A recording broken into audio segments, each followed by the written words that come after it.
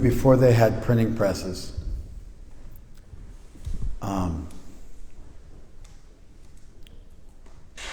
movable type presses,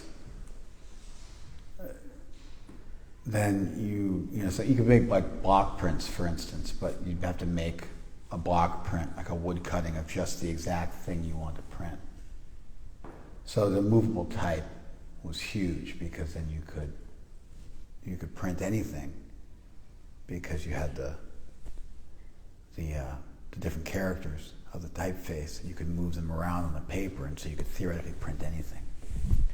Movable type was a big deal. But anyway, before that, they had to, it's cutting off my head a little bit. I don't want to be trippy about it, but if you just make that little adjustment, it makes me feel weird looking at myself. Okay, thank you.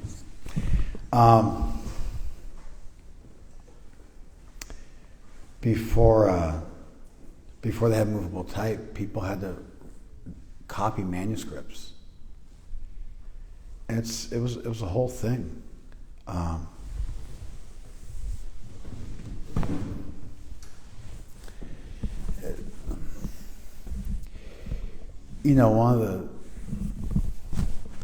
One of the biggest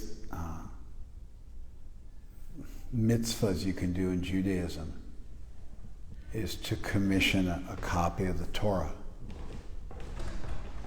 And still, to this day, the Torahs that you get which is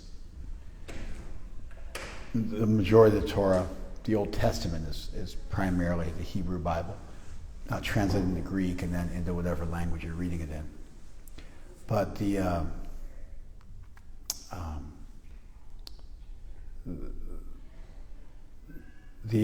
Torahs that you find in a synagogue, they're copied on leather, pieces of whatever, skins, in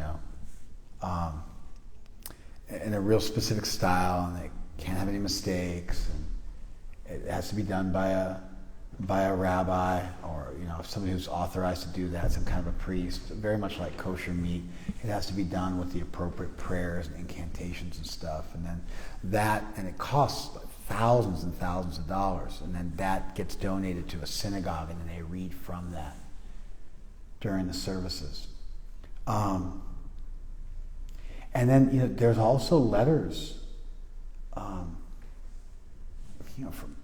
700-800 years ago, when Catholic priests were traveling to China or to Japan, was a more recent, last 300-400 years. And then they would send for Bibles, and they'd see it's like, we need like 8 Bibles, or we need 10 Bibles, and then it would take years. And then they'd have to send somebody, obviously, to travel by land or by sea. It was a whole thing to get half a dozen Bibles or a dozen Bibles. And if you go back into the Middle Ages, even before, there were Christian monks, and their monasteries, they would produce Bibles. And people would spend their whole lives copying the Bible very, very exactly. They do little pictures in it also, and that was another whole discipline. People give their whole lives to copying a few Bibles. So this passing on sacred wisdom that's in a written form for the next generation was taken very, very seriously by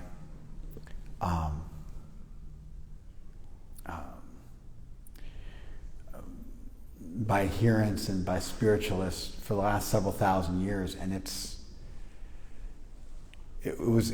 people had to spend their whole lives doing this kind of stuff. Anyway, the result of that is that you end up with a bunch of manuscripts, and those manuscripts inevitably are going to have some variety.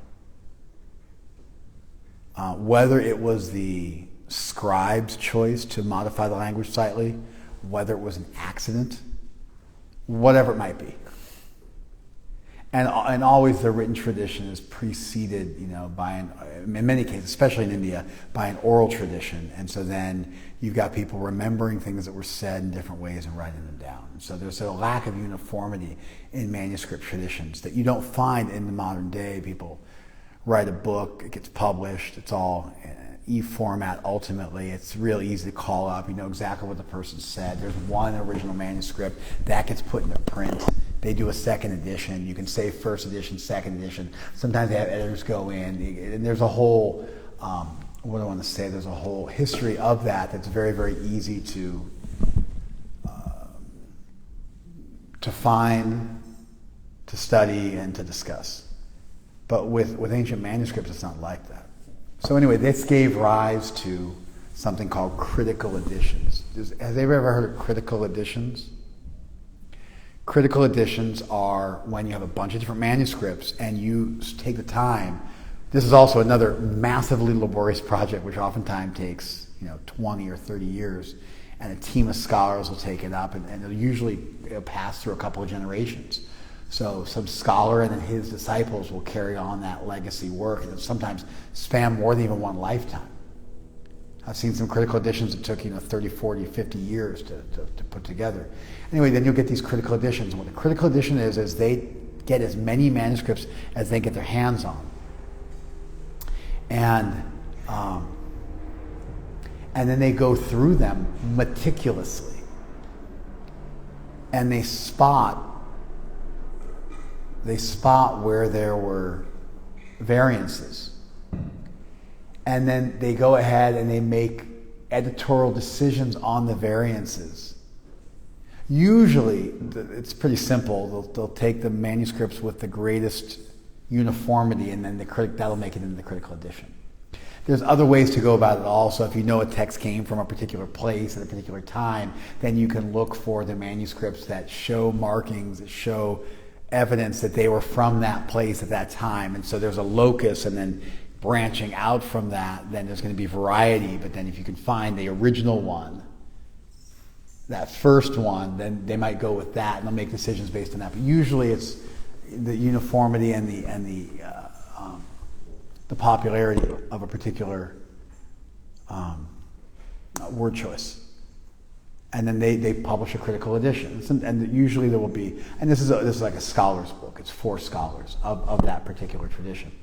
And it'll have a ton of footnotes in it, and which will explain their editorial decisions, and it becomes this master document, which is a way of trying to solve the riddle of the manuscript tradition. It's a way of going back in time and trying to do some scholarship going back in time. Anyway, there is always the possibility, though, that one of the books had it right. And then early on, it got done wrong. And so if you go with popularity, you get it wrong because, if somebody deviated, what comes to mind for me, and forgive me, and I was raised nominally Christian, but I have a ton of familiarity with Christian theology, and so I have opinions about it. But anyway, if you look at the Bible, you find people are arguing with each other in the Bible. For example, you'll find James arguing with Peter. And you'll find Paul kind of arguing with everybody. Although Paul wasn't one of the 12 apostles,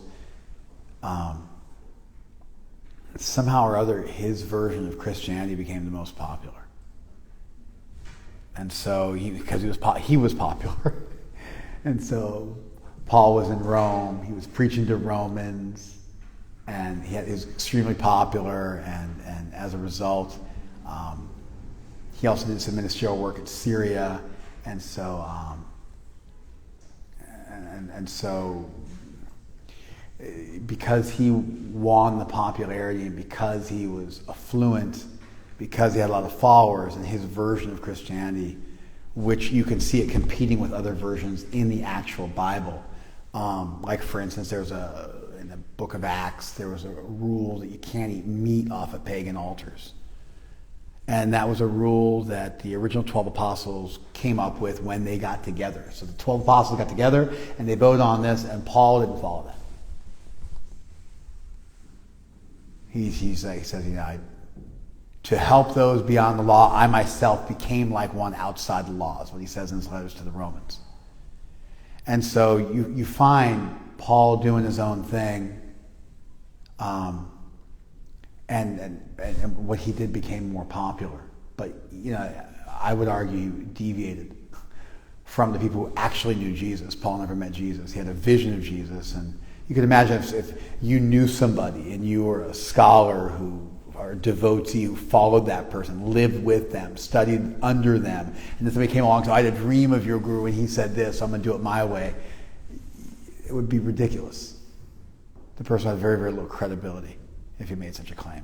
But anyway, that's what happened with Paul. So, and then his popularity was the proof that he was possessed of the Holy Spirit. And, which of course, how would that work? Somebody becomes popular with a deviated version and you can show that you're actually following the original teachings. How do they win just because they're more popular?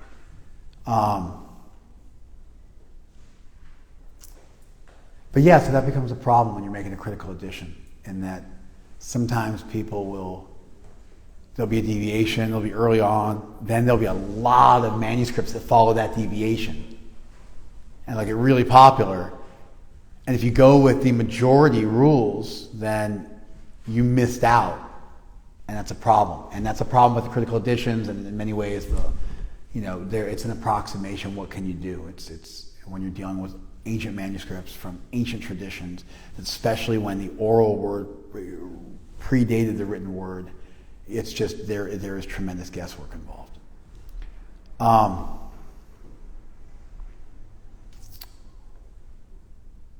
Anyway, that was all a full tangent on the front end because I want to make a completely different point. But I wanted to reference something when I made my point, and I figured you guys wouldn't know what I was referring to. So then I taught you guys what I'm going to refer to in a minute so that I could use the referent that I want to use. There is an excitement about universal spirituality. And there is this, I would call it a plausibility structure, which is something that everybody accepts that nobody bothers to think through. For example, this is another tangent, but I came up with another referent, so now I'm going to come up with another tangent to explain my referent. It's just what it is. If you were in the U.S. in the 60s, and the USA Today, I think, did a survey on this, but if you were in the U.S. in the 50s, 60s, especially the 50s, and you wanted to say Christianity was the only way, everybody believed that. Christianity is the only way. If you're not Christian, you're going to hell. They did a kind of 50-year later thing in the early aughts. USA Today did. And nowadays, people don't believe that anymore. Nowadays, people think if you're an exclusivist, which is the term for people who think they're the only way, they think that's an outdated mode of thinking. It's bigoted, it's prejudicial, and it's generally frowned upon. So if you were in the 50s and you were a preacher in the 50s, you got up on your soapbox, you said they're all going to hell if they don't follow Jesus, you would, generally speaking, be popular. And you wouldn't have to justify why you believed that. You could just say it. That's called a plausibility structure in sociology of religion. Nowadays, if you say there are many paths, which is called pluralism versus exclusivism, if you then say there are many paths, you don't have to justify that. Everybody accepts that there should be many paths, and that's more inclusive, and that's more reasonable, but nobody bothers to flesh out actual arguments for either position. If you say what's popular, then nobody questions you, and you, generally speaking, you do well for yourself. And the people who want to contest or deviate from or argue against that popular position, they then get subjected to a pretty serious level of scrutiny And this is called anchoring bias. But anyway, the information you already believe, you assume is true. You don't really subject it to a lot of scrutiny. But then somebody else comes along and wants to challenge what you already believe. Then you put this onerous burden on them that they have to just provide just an insane amount of evidence to prove a new point of view. And there's this massive hypocrisy that goes on in your mind, where you subject two truth claims to two radically different standards of evidence. And when one truth claim gets subjected to no standard of evidence whatsoever, that's called a plausibility structure. And usually when that's the case, these guys can never win. No matter how much evidence they give, you'll use all of your intelligence to figure out some way to not accept this. This is so much so that in science, belief systems within science change generationally. Because even in the field of science, people believe what they believe, and they are resistant to new evidence.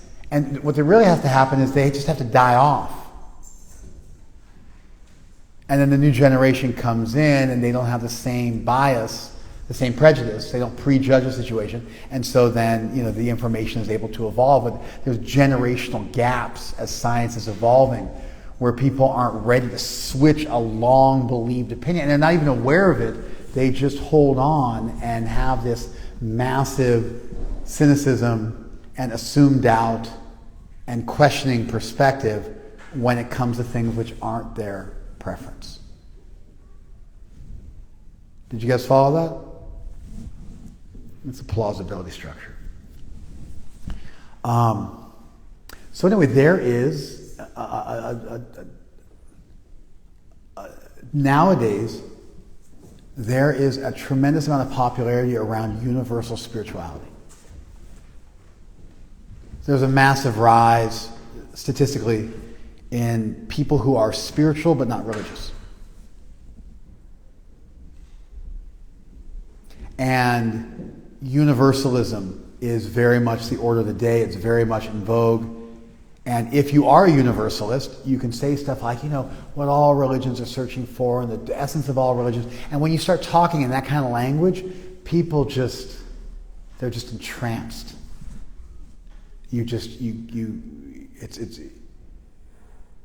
It's very easy to resonate with people and to connect with people with that worldview. And the reason for that is because they already have that worldview. In fact, if you took a universalist approach 60 years ago in the US, you would find that the general mass of people would look at you like you were crazy and would be angry, like almost violently angry and resistant to you. Whereas nowadays, it's just the opposite. And, now the fundamentalist Christians have a hard time. Although, weirdly, super churches, mega churches are growing, so demagoguery is always popular. And atheism is growing, and spiritual but not religious is growing, and also mega churches are growing. And just traditional religions are going down, like losing numbers super fast. I don't think that universalism gets a free pass from having to provide evidence to substantiate why it's the better way.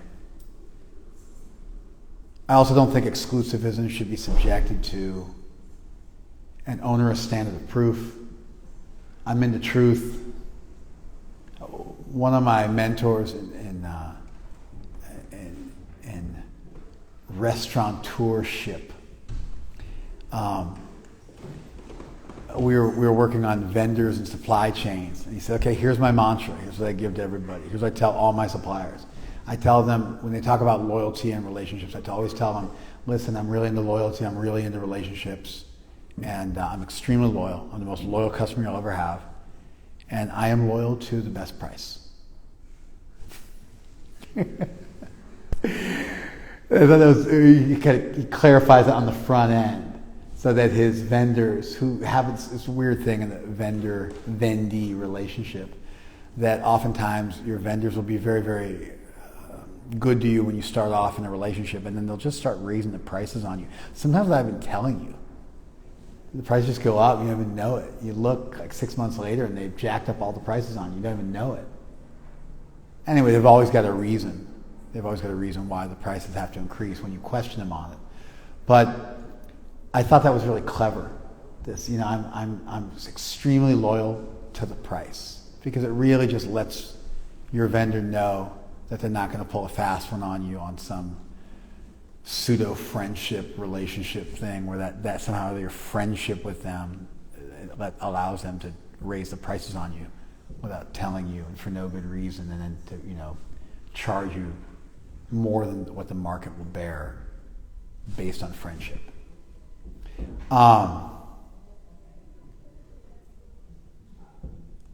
So I'm loyal to the truth. And if somebody wants to make a claim for fundamentalism, I'm all about it, but then they got to give evidence for it. And if they want to make a claim that universalism is the best thing, I'm also going to look for evidence for that. And sometimes I worry a bit about universalism because if you look for what you have in common with everybody, I mean, people like cigarettes and Coca-Cola. It doesn't mean they're good for you.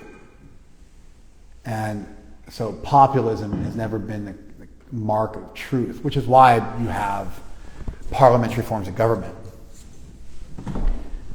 Basically, I mean, and that goes back to Rome and Greece before that, where not everybody deserved an equal voice because some people were stupider than others, and so you had to end up having parliamentary forms of government. Even within the parliament, you had a lower house and a higher house. We have that reflected in the U.S. in the House of Representatives and the Senate. And the lower house is much more of a popularity contest every 2 years, and the higher house you get 6 years, and so you're less just trying to campaign all the time. And you can vote your conscience a little more. At least that's the ideal between a lower and a higher form of. So anyway, this idea that not everybody. You can imagine, for example, if we were talking about, I don't know, how to do arm balance or how to do handstands, inversions, something like that. And then Madhuri wanted to express her opinion on the subject, and so she explained what she thought was a good way to do inversions and a great way to work for arm balance and how to begin doing handstands. And Matt said, I don't agree with you. I have a different opinion. And then it was revealed, that's Matt.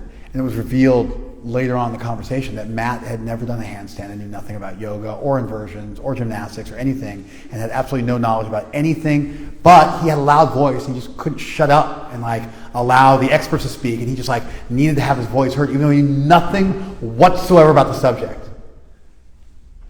And because we're democratic and everybody gets a voice, somehow or other we end up listening to Matt with his nonsense about what inversions consisted of as opposed to somebody who's actually an expert in the subject.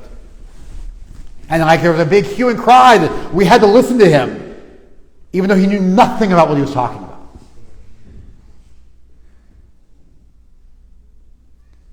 So I'm more meritocratic. I believe that merit and experience in a field, which is demonstrable. You can show people if you have experience in a given field. I believe that wins the day. And I'm also interested in truth, which means everybody has to give me evidence so I can look at critically what they're claiming and judge its value, judge the truth value of a claim.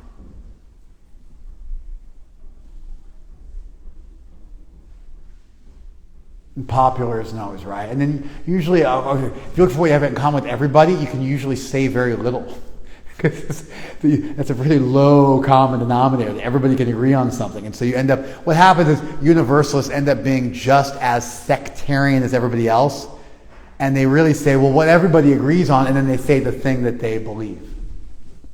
Which might be very sectarian and very specific. I always thought it was funny, Hinduism Today was a newspaper, a kind of very, very well-known newspaper. But it was made by a white guy in Hawaii, who was a Western convert to an extremely small sect of Sri Lankan Shaivas that had maybe a few tens of thousands of followers in the whole world. But somehow, because he made a magazine and called it Hinduism Today, he became the voice of generic mainstream Hinduism, even though he himself was a Western convert to an extremely small sect of Sri Lankan, not even from India, Sri Lankan Shaivas, like a really small group. And he was working out of his monastery in Hawaii, and it was like Hinduism Today, like the voice of India around the world.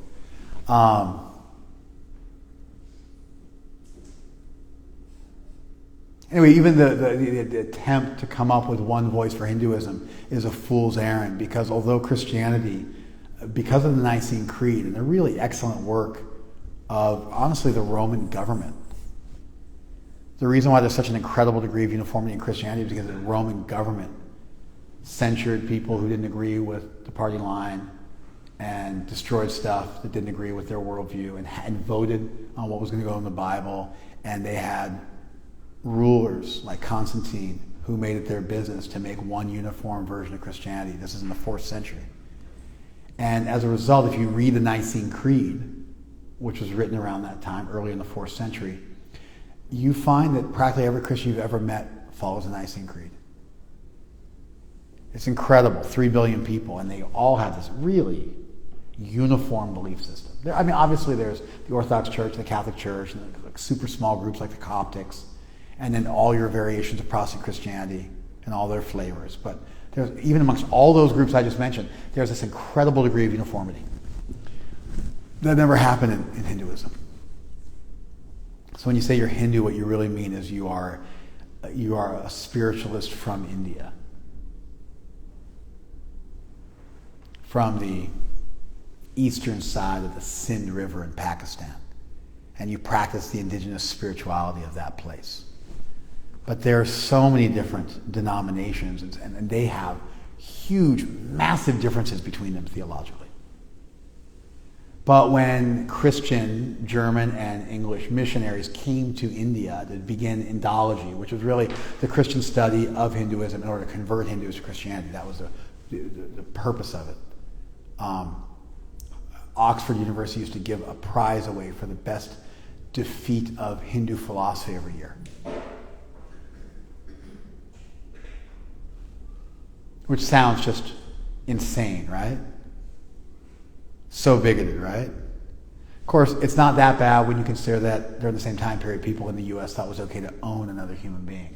That's what we were grappling with in the U.S. And across the pond, they were bigoted against people for different religious beliefs. But over here, we were still wrapping our head around the idea that human beings have certain inalienable rights, and that black people were also human beings.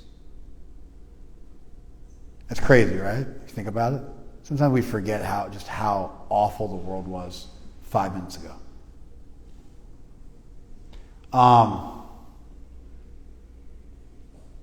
So anyway, those early Indologists, they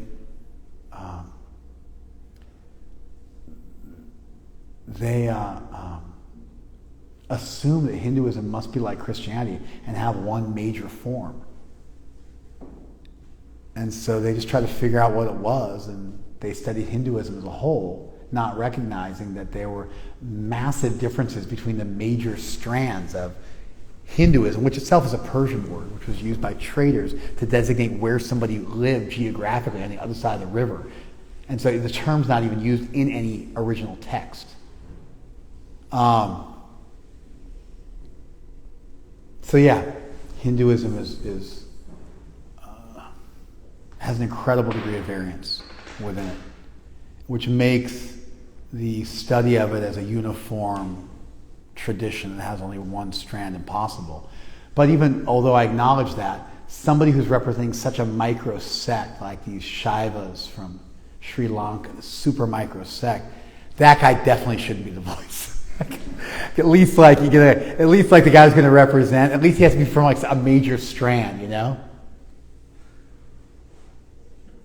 Like some Coptic, Egyptian, Christian, like was a very, very exotic belief system that became the voice of all Christians. It would be like that. Like, okay, maybe it's hard to figure out who's going to be the spokesman, but it's definitely not that guy. Definitely not that guy.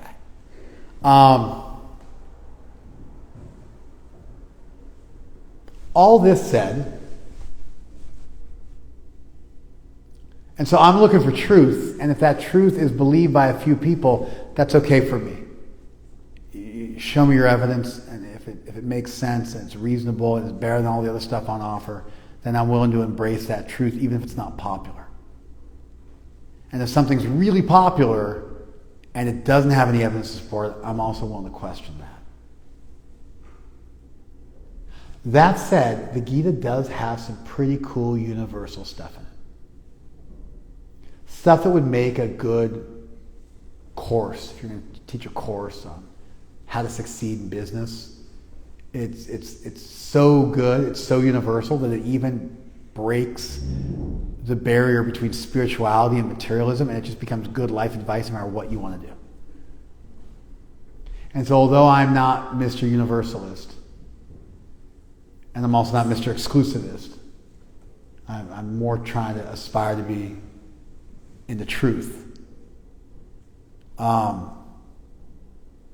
When I encounter something which is really broad in its appeal, I appreciate it. And sometimes that stuff is even transcends, maybe to incorrectly use that term, but it transcends even spirituality. And it becomes good life advice for anybody who's doing anything at any time. And I wouldn't want to be a part of a tradition that just had that stuff, because like I said, it creates kind of a low bar. It sounds a little bit like, almost like secular humanism. Good morality, but atheistic, or it sounds almost pre-theistic, and there's certain stuff that you have to choose sides on if you're looking for truth. At some point you come across stuff and you have to make a determination, and if you just try to keep the bar so low no one's ever going to take offense, you end up not getting too far. But there's a verse I thought of on my way up today, and I thought we'd explore that verse. And it's pretty universal, and it's good life advice if you're trying to start a small business. It's also good life advice if you're trying to see God. And it occurs when Krishna introduces the subject of yoga in the Gita. Krishna starts off teaching something called Sankhya, which in essence in the Gita just boils down to making a distinction between spirit and matter, between life and matter, between the soul and matter, and so between your soul and your body. And then he begins to apply that, and that teaching is called yoga. And the word yoga in classical Sanskrit literature is very different than how we use the word yoga nowadays. The word yoga nowadays is generally speaking universally used to refer to a system of Indian gymnastic exercises, usually with some philosophy attached to it. The term yoga in Sanskrit literature from back in the day, and Sanskrit's still a modern language. There's dozens of universities in India that teach in the Sanskrit medium. There's hundreds of publications in India monthly in Sanskrit. It's not a dead language. It still exists. People still use it. It almost became the national language of India. But somebody who hated Hinduism was the first Supreme Court justice in India, and he figured out a way to make it so Sanskrit wouldn't be the lingua franca of India, and then it became Hindi.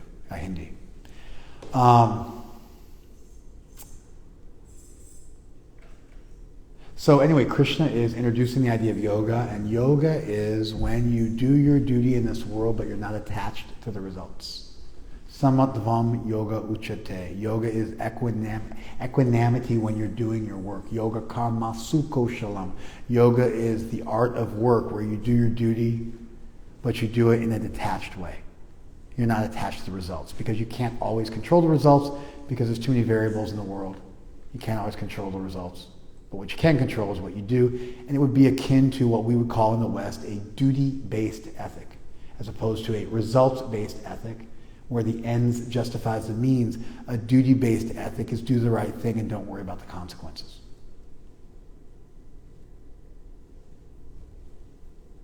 A results-based ethic is sometimes also called consequentialism, utilitarianism, but it boils down to results-based ethic. It's sometimes called consequentialism or utilitarianism, but it's really that you figure out what the right result is, and then you do whatever it takes to get you that result. A duty-based ethic is the standard contrast to a results-based ethic, and that's also called deontology. But a duty-based ethic is that you figure out what the right thing is and don't worry about the consequences, just worry about doing the right thing. And so the Gita would have a duty-based ethic mixed with a virtue ethic, which is you have to define something called virtue, and that allows you to navigate between results and duties and figure out the right way. Like if your duty is always tell the truth, when somebody runs in the room and says, hey, where's Hari Bhakta? That's Hari Bhakta. I'm going to kill him. He's got a gun in his hand. He goes, which one of you is Hari Bhakta? And he asks me, you're the speaker. You must know all these people. Who's Hari Bhakta? And I go, I promise never tell a lie. That's Hari Bhakta. And he shoots him. So then somebody goes, why did you tell him that? I go, I always tell the truth. I never lie. That's a duty-based ethic. That's the fault. You get super righteous and super rigid.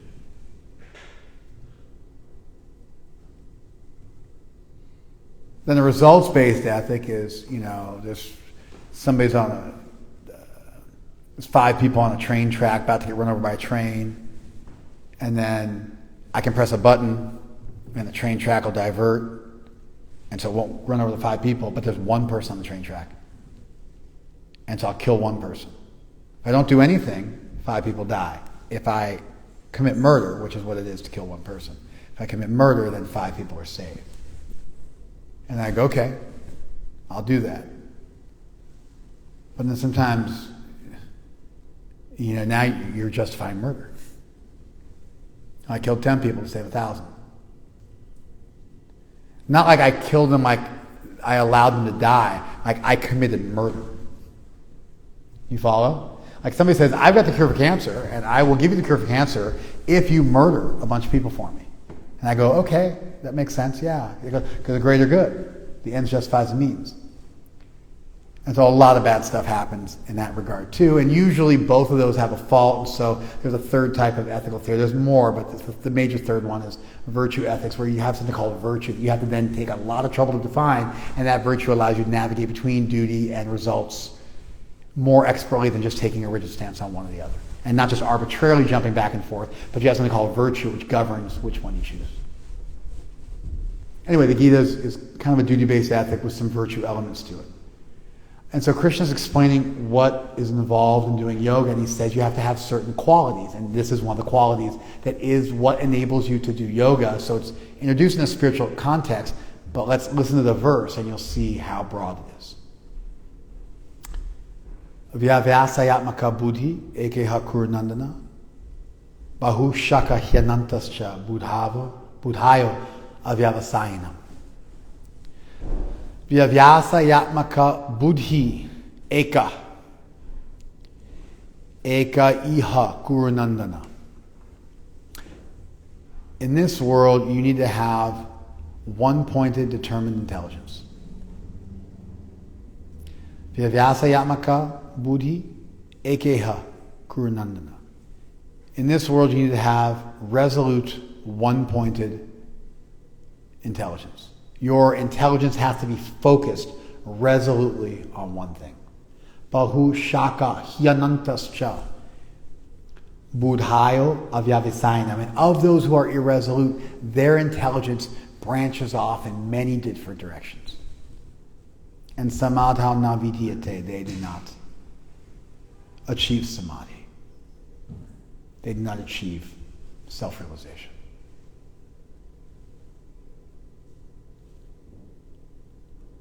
In this world, if you want to accomplish something great, you need to learn to focus and say no to lots of things in order to become successful at the thing which is most important to you. And if you try to say yes to everything and everybody and please everybody all the time, or if you even try to pursue everything and become the Queen of England and an astronaut and a doctor and a lawyer and a unicorn all at once, then you'll end up digging 1,000 wells 1 foot deep and not striking water. In this world, your intelligence has to be focused on one point and resolute and determined. And if you're irresolute, if you're unfocused, and your intelligence goes in many different directions, and you'll never get the thing that you're actually after. I read this verse, and I've read this verse 1,000 times, but I was thinking about this verse today, and I was thinking of how true this is for everything.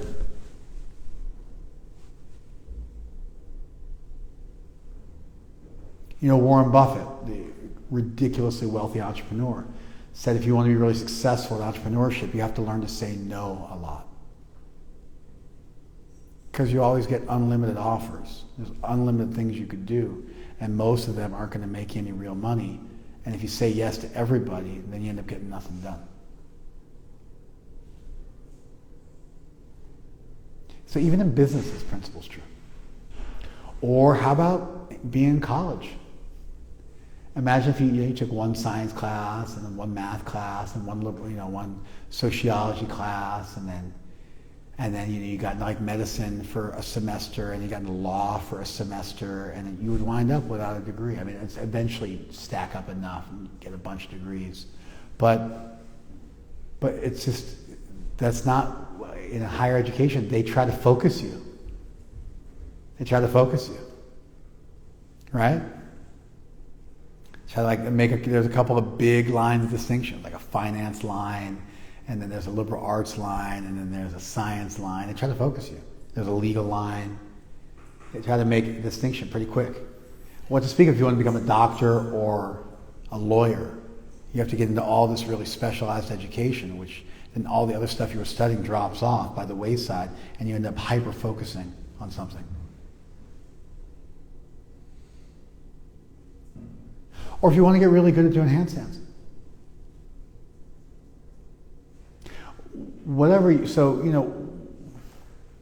I think what a good life consists of, and this is the point I wanted to make today. That was everything else was just to get us to here. The point I was trying to make today was that I think a good life consists of figuring out what you value. And there's two major flavors of value. There's ethics, which is what you value morally, what you think is right. And then there's aesthetics, which is what you think is good and beautiful. And both the things are valuable. Whether it's beautiful and worthy of pursuing, or whether it's good and right and worthy of pursuing. As amorphous as those words seem to be, they're actually not. You can study them. And when you start to make a study of what is the right thing to do and what is a beautiful thing to do, that's called axiology. It's the study of value. So we should figure out what we value. And then once you figure out what you value, you should then live up to your values, and that's called integrity. Integrity is when you live up to your values. So a jihadist, for instance, has integrity if they blow themselves up in a terrorist act. Because their value system is that that's a good thing to do, and then when they do it, then they have integrity. Integrity is blind, like Lady Justice is traditionally depicted as blind. And so integrity does not mean that what the person believes is necessarily good or right or beautiful or reasonable. It just means you're living up to your values. So it's important, before you worry too much about integrity, that you spend some time figuring out what you value. Maybe you could say your integrity in the front end could be, I promise to myself I'm going to live up to my highest ideal. Even though I'm still discovering what that is, I'm going to live up to it when I do discover what it is. And then you find out what you value, which means you got to study and you got to make some choices. And you got to say no to a lot of stuff. And you got to learn what good evidence looks like, and how to think critically, and how to recognize your own plausibility structures and prejudices and biases, and how not to be a slave to them, and how to break free from them and learn to recognize truth in whatever form it comes in. And you find value, and then you live up to it. And that always involves saying no to a bunch of stuff, saying no to a bunch of people, letting people go, letting old ideas go, letting old, outdated ideas about yourself go. about other people, moving forward, making progress. Progress always involves new acceptance and also letting go. Progress involves elimination and new acceptance, always. Because you can always get better, and so it's not a static thing. It's like a Kaizen type situation where there's always room for improvement, there's always room for refining. And so anyway, the point I wanted to make was a good life consists of finding value, finding truth, finding beauty, and then living up to that and molding your life in such a way where you can have integrity and pursue that. And that involves a narrowing of your focus, a focusing of your focus, ultimately until it becomes quite laser sharp. And when you have that kind of laser sharp focus, you can achieve almost anything. And then the next argument is, what's more beautiful than achieving divinity? What's more beautiful than seeing God? What's more beautiful than embracing divinity? And so I'm not going to spend a lot of time arguing for this, but I think it's relatively easy to make an extremely powerful and persuasive argument that pursuing divinity is the best use of your time, the best goal, the highest goal. Once you've established that has value, then you got to live up to that. But even if we stop short of that and we don't have that conversation, which is a conversation about what has value and what's true and what's good, this verse stands on its own and it becomes great life advice. And you hear everybody saying stuff like this. It's really a universal piece of truth. How much of your day is spent mindlessly looking at your phone or watching TV to decompress, just some nonsensical stuff, and just consuming trivial. There was a game when I was growing up called Trivial Pursuits. And after I became a devotee, I thought back about the game. I thought, what a classic name for a game. You know, like tawdry, trivial, unimportant. Right?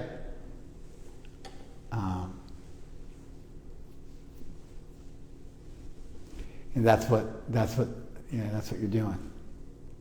I think that. Anyway, I'm trying to remember the new game. What's the new game? The really naughty one? Then what's Cards Against Humanity? Can never get through like 2 cards before I'm like, jeez.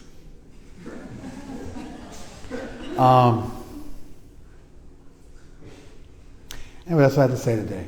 So, I'm not anti-universalism. I'm in universalism when it's true. I'm not into universalism when it's merely popular. I recognize that the bar is kind of low when you're looking for universal stuff. And what I'm really into is truth, whether it's popular or not. And sometimes I find verses in our wisdom literature and the wisdom literature of other traditions as well. And it's so good. And it's universal. And sometimes it's so universal, it's even transcends spirituality and becomes good life advice if you're starting, I don't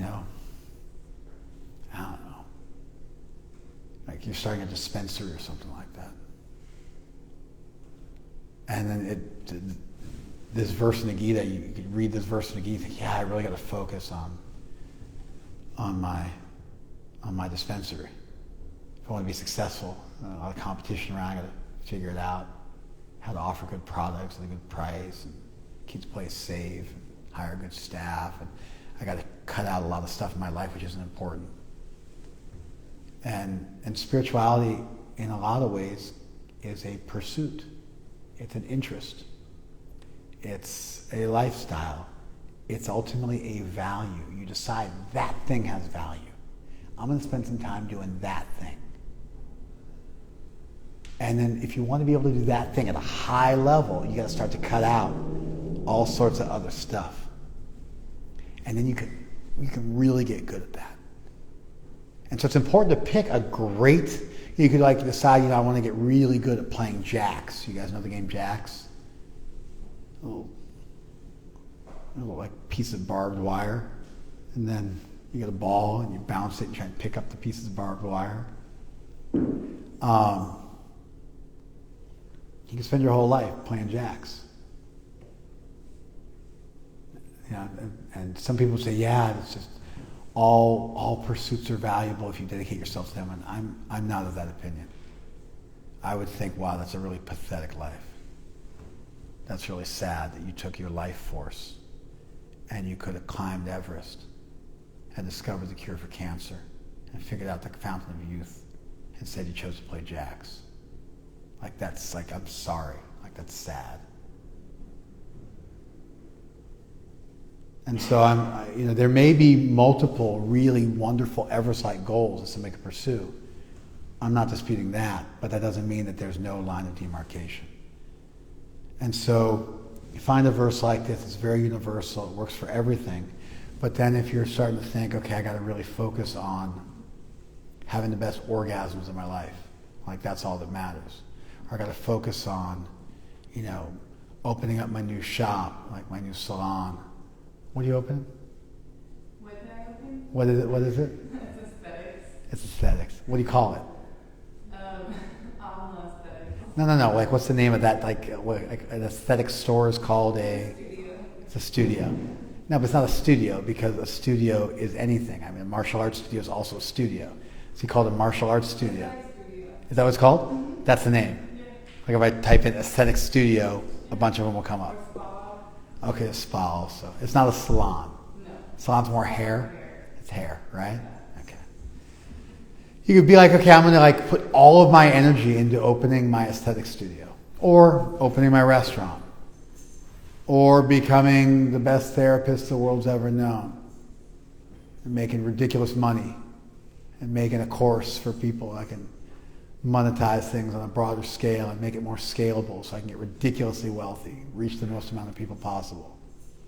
Or I'm going to, $100 million is my goal. In 5 years, I want to be managing $100 million. I'm only managing 45 now.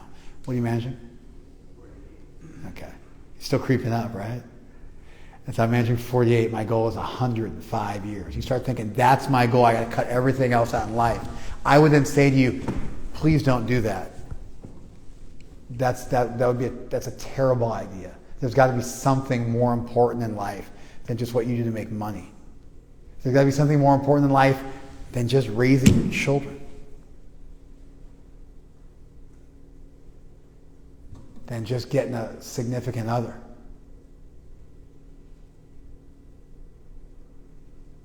You can do better than that. And then we start a conversation about, well, what is worth a lifetime? What is worth your life? Because you have a life, and you're going to spend it on something. You have the ability to focus with an incredible degree of attention, a laser sharp focus. You have a conscience, and you can focus that conscience on something with an incredible amount of power. And you can run miles. You can leap through space and time with the incredible power of your focus.